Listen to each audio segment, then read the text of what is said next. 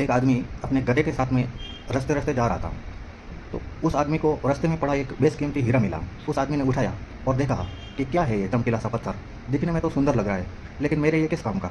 और उस आदमी ने वो हीरा गधे के गले में डाल दिया। फिर गधा और वो चलने लगा। उस गांव में एक जौहरी रहता था। तो जौहरी की नज़र उस हीरे पे पड़ गई जो गधे के गले में लटक रहा था।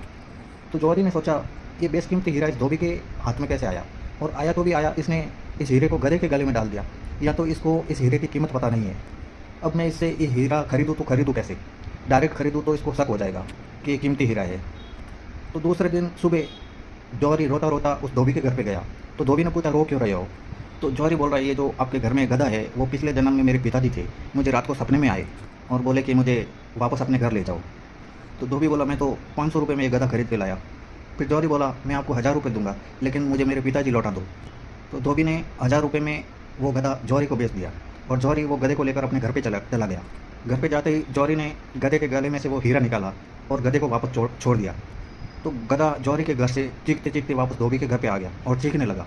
तो धोबी पकड़कर वापस वो गधे को जौहरी के घर पे लेके गया और बोला, सेठ साहब, ये आपके पिताजी भाग कर मेरे घर पे आ गए, वापस रख लो इन्हें। तो जौहरी बोला, ये कल रात में मुझे बोल रहे थे मेरे पिताजी कि मैं धोबी के घर पे ही ठीक हूँ, और मैंने इन्हें छोड़ लिया, इसलिए मेरे पिताजी को आप ही रख लो। इस कहानी से क्या सीख मिली आपको, कमेंट करके ज़रूर बताना। राम राम आप सभी को।